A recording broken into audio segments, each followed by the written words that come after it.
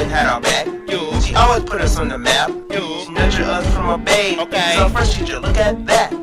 All upside your mouth and then take you to court and charge you with assault. What kind of democracy is that? What kind of freedom is that? What kind of social or political system is it when a black man has no voice in court, has nothing on his side other than what the white man chooses to give him? My brothers and sisters, we have to put a stop to this, and it will never be stopped until we stop it ourselves. They attack the victim, and then the criminals who attacked the victim accuses the victim of attacking him. This is American justice. This is American democracy. And those of you who are familiar with it know that in America, democracy is hypocrisy. Now, if I'm wrong, put me in jail. But if you can't prove that a democracy is not hypocrisy, then don't put your hands on me. Of Americanism are waking up, and they're gaining a new political consciousness, becoming politically mature.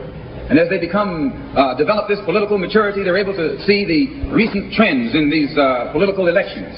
They see that the whites are so evenly divided that every time they vote, the race is so close they have to go back and count the votes all over again. And which means that any block, any minority that has a block of votes that stick together is in a strategic position.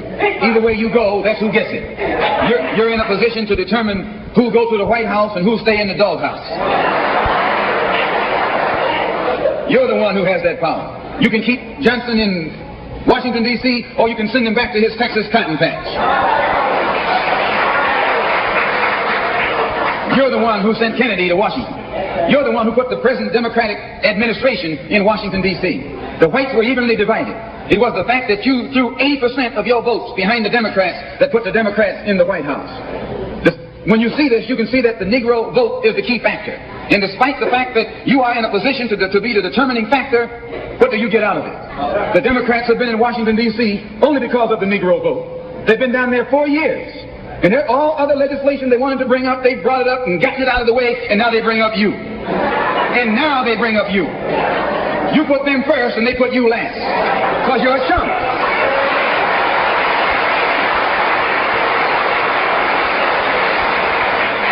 A political chump. In Washington, D.C., in the House of Representatives, there are 257 who are Democrats. Only 177 are Republicans. In the Senate, there are 67 Democrats. Only 33 are Republicans. The party that you backed controls 2/3 of the House of Representatives in the Senate, and still they can't keep their promise to you because you're a chump.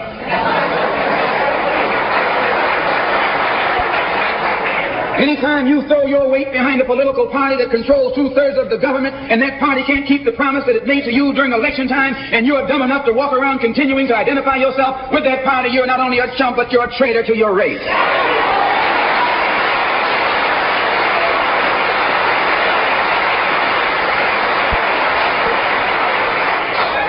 And what kind of alibi do they come up with?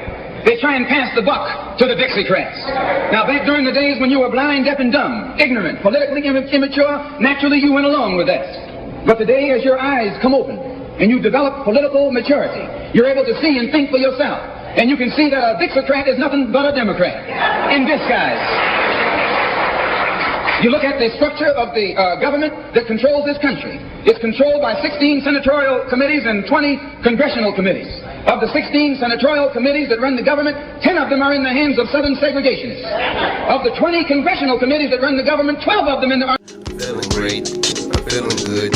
I'm feeling great. I'm feeling good. I'm feeling great. I'm feeling good.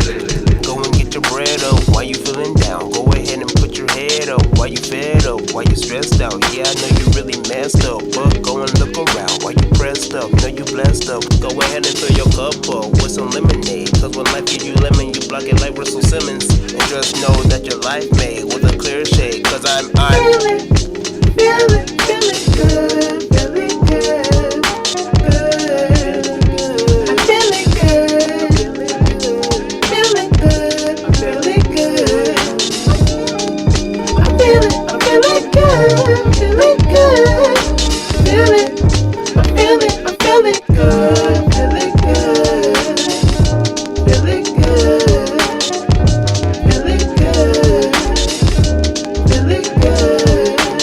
Really good. and foremost, if you're a first time viewer of my content of this video, like this video, subscribe to my YouTube channel. So today we are going to be discussing something that somebody asked me. They asked me a question and they asked me, should I as a black man vote? And they asked me whether or not I was a Democrat or a Republican. Well, for the particular person who asked me this particular thing, and excuse the redness, I had something red today. I had some fruit punch. But for the person who asked me, no, I'm not into that. And I know if a black person who votes continuously or they are 100% for voting, they might come across this page and be like, what the hell wrong with this Negro? After everything our ancestors done did, you gonna disrespect them like that? You know, so you have black people like that, right? You have black people who harass you and manipulate you and try to make you feel bad to go out there and be a Negro and vote, right? But let me explain something to you real quick. And this ain't gonna take long at all. The reason why I'm not a Democrat or a Republican is because both play for the same league. They both play for the same league. If you go for the Cowboys, or if you go for the Dolphins, or if you go for the Falcons, or if you go for the Patriots, it doesn't matter because they all are in the NFL. So whether you are a Democratic or whether you are a Republican, it doesn't matter because it's the left and the right hand. Okay, I have a left hand, I have a right hand, but I'm good with my left hand, right? So you have a Democratic Party, you have a Republican Party, but they're part of the same body. They're part of the same system. So it doesn't matter who you vote for because they're all a part of the same system and they abide by the same agenda.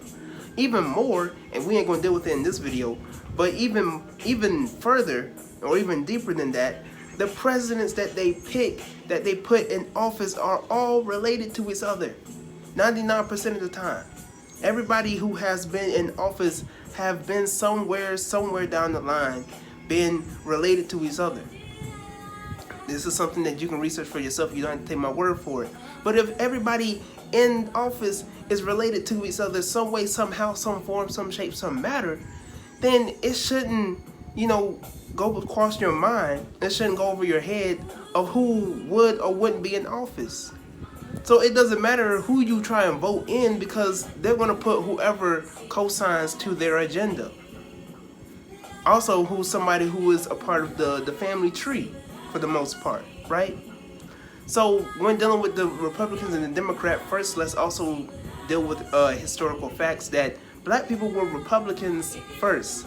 Back in the late 1800s when black people were starting to vote, they were first Republican. If you even go back to Frederick Douglass was a Republican. He advised black people to be Republicans. So you have a switch that went on back in the 1950s and the 1960s, where black people were starting to be Democratic because Democrats were using advertisements in the media to try and they would use particular leaders, or I wouldn't say leaders, but like celebrities, people that black people saw in the spotlight, like a athletic figure or a singer, and they would use these particular people to turn black people to being Democratic. And Malcolm X was like, yo, they're playing a game on y'all. You know what I'm saying? Like, these Democratic people, the hissy-crap people, they are hypocrites. He was making it plain and clear that these Democratic people were hypocrites and they're playing a game on you just like the Republican people are playing a game on you. But the Republicans were seen as the wolf, right? They were seen as the fox. Whereas the, I won't say the fox, I would say the wolf. I'm going to use the wolf and the sheep. So the wolf will be seen as the Republican, and then you have Democratic will be seen as the sheep or the wolf in sheep's clothing, right? Another aspect that you could see this is that you don't really have Democratic or Republican, you have conservative and liberal, right? And Republican takes more of a conservative side and then Democratic takes more of a liberal side. But you have conservatives and liberals on both parties, okay? So it's not about Democratic or Republican, it's about conservative and liberal, right? Even Malcolm X made this very known in politics. So when dealing with Democratic and Republican, it doesn't matter who you vote for. It doesn't matter what side you own because you're on the same field. Y'all playing the same game. Y'all part of the same system. It doesn't matter who you go for. They may have, or they may appear to have different agendas, but when you pledge allegiance to the flag, to the United States of America, it's not to the Democratic, it's not to democracy, it's to the republic for which it stands. Right? And of course, knowing me, anybody who know me, I don't pledge allegiance to a banner under which my ancestors were enslaved under and lynched under and so on and so forth. We're not going to deal with that in this video. But the reason why I don't vote is because we're dealing with a system that oppresses us on a daily basis. We're talking about a system that considered us lesser than animals, that considered us property. You know what I'm saying? We have system rules in the system that go against us as African descent people. You know what I'm saying? So why would me as a black man, why would I waste my time trying to vote a white supremacist in office? What do I look like as a black man trying to vote somebody in? For one, my vote doesn't matter because whoever that they have assigned to their agenda, because they already know who's going to be in office before we even try and vote. So it doesn't matter what you see in the media, it doesn't matter what you see on the screens, oh, this person got the highest votes and this one got the... It doesn't matter because they're playing games on you.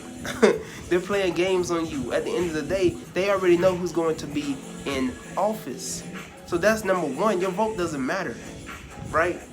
Because you already know who's going to be in office. For two, it's because you as an African descent man or woman should know damn well that if your life doesn't matter in America, your vote does not matter. If your life doesn't matter, if a person can get away with killing you and can say, oh, I'm mentally ill, oh, it was self-defense, oh, I fear for my life, right? If they can get away with taking your life, what makes you think that your vote matters?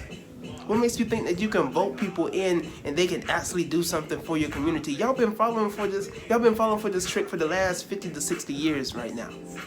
That's what you've been doing. You've been following for this trick for the last 50 to 60 years, and you think you're included in America. The nerve of you Negroes. You really think that you are included in America. It's ridiculous to me. But that's all of the... But you know, you're going to have people who are going to say, well, what about our ancestors? Our ancestors didn't just go through all of that just for us to not vote. And listen, our ancestors did a lot of things where they thought that if they, you know, sacrificed their lives and did these particular things, that they would be given more rights, you know. And of course, I understand where people are coming from, where we shouldn't disrespect in an aspect. They feel like it's disrespect if we don't vote because of the people who gave up their lives, people who were lynched, this, that, and the third, which, by the way, people didn't sacrifice their lives to be lynched. You know what I'm saying? Like, people didn't say, oh, even if I do get lynched, you know, I'm gonna go out and vote. You know, people didn't do that. You know what I'm saying? People just happened to have been lynched. You know, they got people, oh yeah, that Negro voted. And so they got that man and they lynched him and they put a sign on him talking about this nigger voted. Right? Which, fun fact, the Democratic Party did that. Fun fact, for all you black Democrats out there, the Democratic Party were the ones that were lynching black people when they found out that these particular black people were voting. Fun fact. But getting to this particular issue with our ancestors did a lot of things. Our ancestors did sit-ins. You know what I'm saying? Our ancestors had holes spreaded on them. You know, they were singing, we shall overcome, this, that, and the third, marches and this, that. You know, whether you agree with that or not, they felt that at that particular time, this was going to get them freedom and liberation. Now we have gotten out of that phase. We have to evolve as African people. We have to evolve to different strategies, new strategies, because that didn't work out for them, right?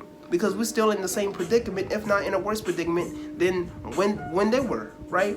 Because even back then, at least they had an economic system to some extent. You know, at least they had their own businesses, stuff where they can sustain themselves. You know, we don't have our own economic system. We make up to $1.3 trillion within this society, and only 5% of that goes back to our community. We are in a bad predicament right now. We're in a worse predicament than when we were back in the 1960s. So, when it concerns our ancestors, I understand that argument, but at the same time, you can't be cherry picking You know what I'm saying? You can't be cherry picking, you know, what your ancestors did for you and what your ancestors didn't do for you, because your ancestors were also killed and molested and raped by white people. You know, your ancestors were molested and assaulted and taken advantage of by white supremacists, by white people, and you still choose to mingle with them. You still choose to have babies with them. You know, and you want to say love is love and love has no color and God loves everybody. But you want to disrespect your ancestors and not even preserve your very cultural identity and your ancestry by mingling with the children and the grandchildren and the great-grandchildren of your slave master. That's beyond me. That's just straight insanity. You know what I'm saying?